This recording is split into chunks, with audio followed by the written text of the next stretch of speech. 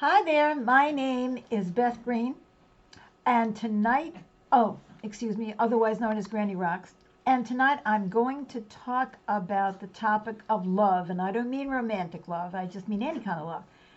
Tyrant or teacher. But Mm. before I get into that topic, Mm. I'd like to introduce myself. I am James Maynard, otherwise known as Sweet Baby James, and you have come to Granny Rocks, where Beth, Granny, shares with us her wit, her wisdom, and her very uncommon sense every Wednesday at 6:30 p.m. Pacific. So thanks for joining us, and please stay tuned. And now here's Granny. uh-oh, I got your voice. I'm trying to find. I still can't get this straight. I'm trying to set it up so that I can see comments, and we'll have to see if I've got it right. Well, anyway, I want to tell you something. I'm really interested in this topic because I'm noticing things about myself that make me kind of squirm inside. Mm. But first of all, let me see. Allow comments. No, I'm trying to allow comments. Yes. Oh, okay. Oh, Todd says, hi, Granny and Sweet Baby James. Hi, Todd. And somebody else who's got my name says hi. And Catalina says good evening. And Blanca Hi, says, Kat. oh, no, they were watching. They're So watching. anyway, that's just great. Thank you already. So at least we know. Hello, Beth and James is what Blanca said. So I had a conversation with somebody who is um, not,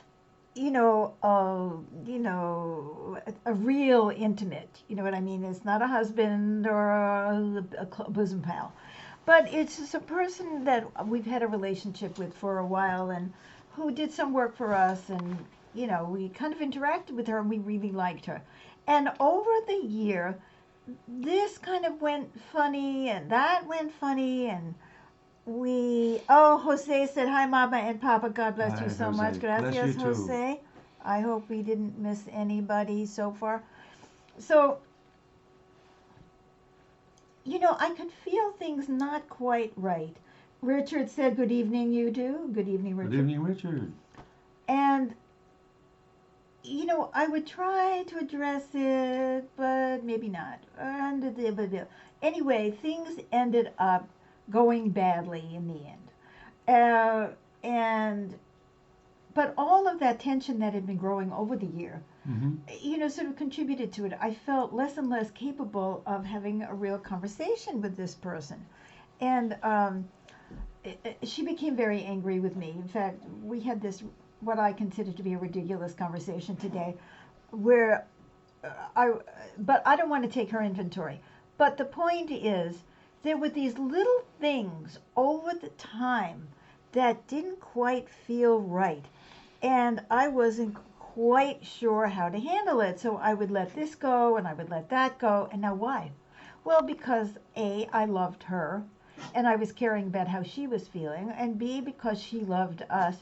And that was a wonderful thing. That really helped us. By the She way, I did that too, because when you feel an affection back and forth, you don't want to rock the boat. Exactly. So that's what happened. We didn't rock the boat, but all the time, evidently, see, I'm keep checking for comments. Um, all the time, there were resentments building. I'm sure resentments in us and resentments in her that never got straightened out. And today, when I tried to talk it through with her, everything was from her perspective, and she wouldn't even listen to what I had to say. So it was sort of sad. But what I learned from this is how these little things. See, now with Sweet Baby James, I never let anything go. That's so true. Every day. Every day, in We don't every go to way. sleep at night until we've cleared whatever it is that needs to be cleared. That's right. And that's a good thing, I think, because we keep things clean and our relationship keeps getting better. These little things that you think, well, I shouldn't make a fuss about this, or do I really? I don't have the intimacy with her, or that trust, or the permission, or I have discovered today that she resented me for all kinds of things that I had no idea she resented, and I don't Mm. even know if she did before. I don't know. But Even when you were giving support that she asked for, and then she resented you giving her that support. right, well, I don't want to take Oh, yeah, inventory yeah. about what Oh, yeah, yeah. exactly it was, but No, no, no. my point is, it just, there was an erosion. And I've seen this in people. I've seen this in married couples or, lovers and so on, or parents or brother and sister and so on. You let things go, you let things go because you don't want to rock the boat or because you don't want to hurt their feelings or because you think it's going to be okay. And it isn't. And so the love that I felt for her and that you felt for her and the love that she felt for us was the tyrant that ultimately destroyed our relationship. And you know how it is. I'm sure lots of you can relate to this topic because you end up sort of smiling when you don't mean to. And then you feel like, oh my God, are they upset? And so then you don't know if they're upset. So you don't want to say anything to make them upset if they're not upset. But if they are upset, so you end up smiling and laughing and saying, oh, I'm great, how are you? By the and it really, because of what happened today, the tyrant part of love, I'm gonna make a phone call. I tried to call tonight, but the person was their voicemail was clogged, and I want to talk to them about something that happened where, and I want to tell you, things fell apart when I started to not be so nice and I started to confront things. I don't mean that I confronted them in a nasty way, but I just confronted them. So this other situation um, is that I had always felt really taken care of by this guy and loved, and I think he felt the same way. And then he said he was going to do something, and when he did it, it wasn't the way I expected it to be, or James expected it to be. You know who I'm talking about. And Yeah. I confronted it. I called him up at the time and I said, this is not what you promised us or what you led us to believe. In fact, I put it in, this is what I thought you were saying. And he's been cold as ice to me ever since. And so we have a business relationship. So I'm writing to him and it's very superficial. I'll ask him how he's doing, but there's no real meat to it. So, you see, I bet this stuff has happened to you and happened to you and happened to you because I can't be the only idiot in the group. And I feel terrible. And I can see that this is the terrible part of this, that when I stopped just saying yes to everything, that's when the people got angry at me. Mm-hmm. Yeah. Right? When I confronted somebody else, the first person, from my perspective, she had made a commitment. She broke the commitment. We talked to her about it, and she got angry. Mm-hmm. And oh, you're going to break up our friendship over this. I have an analysis of that, but I won't make it. So, how that happens is, first, I can see love as being the tyrant because I don't want to rock the boat, because I want to keep the good feelings, because I want this person still to help me, or because I feel something for them. And then if I do stand up for myself, and this would be you standing up for yourself too, it can have like boom, and all of a sudden everything goes to hell because you don't have that relationship, that agreement to start with. And what are you going to do? The whole world isn't ready for self-awareness, is it? No. So that is love the tyrant. I don't know if we're not getting any comments. We seem to not be getting any comments. So And we think that letting things slide is a loving thing to do, but it actually allows things to build up and fester, like Beth's talking about. that's exactly right. Letting things slide seems like why should you upset the person? And oh, Karen said something. Good to see you two. Perfect topic for me today. Oh, I'm so glad that my misery and headache are going to, be useful to somebody. So, I mean, I get much more upset than James, but I also have had to deal with a person. Anyway, so that's Love the Tyrant. Now, what about Love the Teacher? Well, that's the weird thing. Love the Teacher and Love the Tyrant are sort of like kissing cousins, two sides of the same coin. Well, what I mean is, when am I being understanding and letting things go because I'm just a wuss and I'm too scared to lose their love? Or when am I really seeing them clearly and realizing that they're doing the best they can, or that there's something going on with them? And you see, sometimes one can sort of spill over to the other. For instance, she had made a commitment for us about something else, and she didn't follow through, and I could see her perspective, and we didn't talk about it because you can't talk to her about things like that because she gets very defensive from my perspective. But I said, well, I can see this. I can understand her perspective. I understand why she felt this way, and why she did what she did. I can understand that. So, okay, so that was great, right? I think that was actually true. But wasn't there also a little bit of the other thing, like, oh, I don't want to rock the boat? It's sort of like, oh my God, Tyrant and the teacher is like, it's kind of rolling into one little mess of not confronting things or talking about things. Could you clarify things. for me a little bit more about what you mean by the teacher? Yes, because I'm going to get to that right now. Oh, good. Well, I mean, I think I've already given an example of that where I looked at what she did and I said, I can understand that. I can understand why she did that, but I didn't say anything to her because I didn't want her to get upset. Now, Love the Teacher is, for example, when you love someone and they act out against you, or at least you think they have, and you try to broach it with them. And if you come at them with this judgmental, angry mode, which I was blasted with, by the way, myself today, I am not learning anything. I'm not looking objectively at that person. I don't want to know what's going on for them that may have caused them to have this reaction. Now, maybe I don't want to know that they're not that nice. That the nice is partly a facade.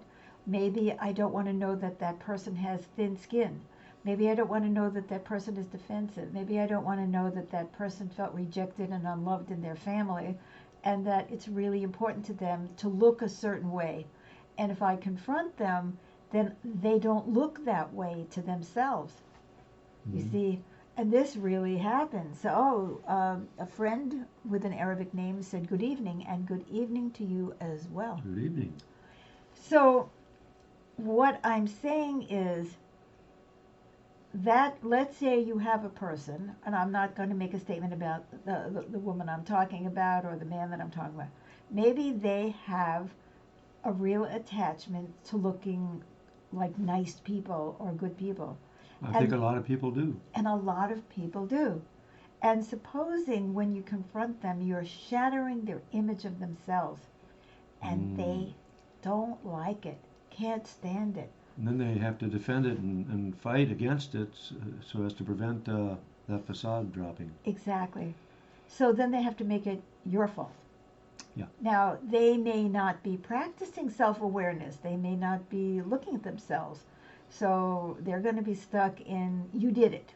You did it to me. I'm the victim, and this always happens to me. I mean, I can just hear it. I'm so good to people, and then they turn on me. Well, maybe you have been doing something, but you don't want to know that because you want to see yourself in a certain way. And I want to see myself in a certain way. It's not just that person. So the teacher part is, if I love someone, or I'm even love myself enough to be self-honest, because I can't stand myself when I'm not, then I might find myself looking deeper into other people instead of just judging them, which is what I want to do. Or sometimes I don't really have much information and I can only assume, or I can project, which isn't good. Or I may be intuitive and be picking something up from them. But I'm being taught by my love to have compassion, to think about the situation of the other person. You see, when does that compassion make me a person who is swallowing things? And when is that compassion helping me to be a person who understands things? And what if I do understand something? Then what do I do about it? Does that mean if the person isn't open to real self-examination, it really doesn't make any difference if I bring something up to them because they won't hear it? So where do you put your energy? So you understand now what I mean by the teacher? Mm-hmm. Yeah, thank you. Because love gives us the capacity to care. And often that caring allows us to put ourselves in the other person's shoes. And then we're learning something about other people and what motivates them. So let's say I haven't been standing up for myself in a certain situation. I haven't had permission from the other person to intervene. Over time, things start going south. By the way, those who are not English speakers, when you say going south, that means it's getting bad. No insult to people who live in the southern hemisphere. Right. And then let's say I start confronting it. What's going to happen? You know, if you're lucky, that person is going to listen and think and say, yeah, like, I mean, honestly, I did own some things today. I said, yeah, I can understand how you felt that way, because I did understand how she felt that way. And I can acknowledge that there were times when I was resentful and I had not spoken up. So I was getting resentful because I didn't speak up because I thought I was being understanding. Is this a confusing topic? Have I confused you? But if I am going to go past where I am, I need to have compassion for myself, learn more about me, which is what I'm doing today, right? So it's a teacher, Mm-hmm. right? I don't want to just blast people and judge them and make them all wrong because it doesn't feel very good. On the other hand, I don't want to eat, shit. And so I'm learning about myself, and then I learn about them. You know, there's something I've learned from you that I'd like to bring in here too. Please. Is to go into an inquiry with them in a gentle, questioning kind of way. Like, I wonder if this is going on for you. Can you tell me, is that right or not? See? Yeah. And it's less confrontational, and it allows the person to feel, oh, I wonder if that too. I wonder if that's true too. Okay? It's wonderful if you can do that. Sometimes a person will absolutely deny that they're doing anything.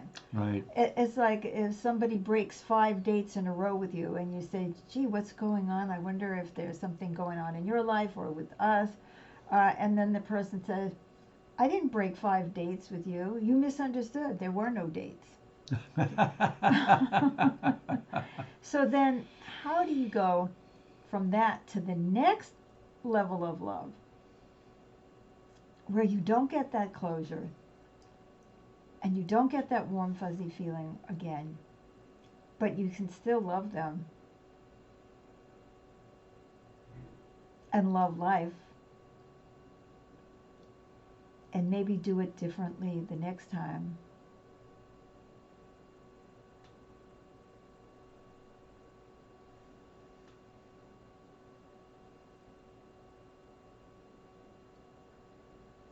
As just about everything that we talk about, this topic is subtle. There is no simple answer, is there? We may sometimes see that a person is so triggered by something that if we are just simply standing up for ourselves, that it might make them extremely defensive and they won't even hear us. Yeah. You know? And then we need to learn how to let go. One of the most important things to us is to increase our own self-awareness. Did I play into things in this relationship because I wanted to keep what I was getting from them, whether it was love or favors or help? Do I have a tendency to do that? Is it standing up for myself when I confront this thing? Like it was when I called that guy and I said, you promised us this and you gave us that. I had to do that for myself. It's something I didn't want to do because the part of me that wants to keep somebody giving me things or loving me, or that I feel like, oh, they'll give me another favor. It's like making, making nice with a wealthy boyfriend or husband or something like that, right? Or some woman that you want something from. So we get to look at ourselves and see our patterns. And then we get to look at ourselves and see our reactions when the other person gets angry. And then we get to look at ourselves and ask ourselves, is it right to pursue this? And try to talk to them about it. Today, I had to talk to this person because there was something at stake that we had to ask for that made her very angry. And I want to learn something from this. I want to be more aware of the little things, less sloppy in my relationships with people, more willing to take small chances along the way, and be willing to lose people if that's the way it is. I think for so many of us, we feel alone in the world, or we feel unprotected, or the world seems like a scary place. And every time we have a friend or a pal or someone who cares about us, it's like, oh my God, I don't want to lose that. I mean, we learned that with mommy and daddy, or we learned that with a husband or a boyfriend or a girlfriend. Our best friend. How many times have we done that over and over and over because we don't want to be alone in this world? So we have to watch ourselves and see when we are being quiet because it is really the right thing to do, and when we're being quiet because we want to protect ourselves and continue getting the goodies, whatever those goodies are. So I think that's it for tonight. I hope you enjoyed this program. I hope you like it. I hope you love it. I hope you comment afterwards. We didn't get a lot of live comments today, but we did get some, and we appreciate that. And you can always comment afterwards because I will respond to you no matter when you make a comment. And we love that. And please share this program because there's a lot of people who are doing this. And we need to look at this with self-honesty and with an openness to keep learning and growing. So come back next Wednesday, 6:30 Pacific time. And Thursday nights, we broadcast Dreams of Peace live at 7 p.m. Pacific time. And I had the piano tuned. So if you tune in, Dreams of Peace is me playing the piano, improvisational piano. And we had to wait 3 weeks after we moved to get the piano tuned. The piano is tuned. So I hope I play well, but I can tell you one thing, the piano is going to sound good. Yeah, it sounds beautiful.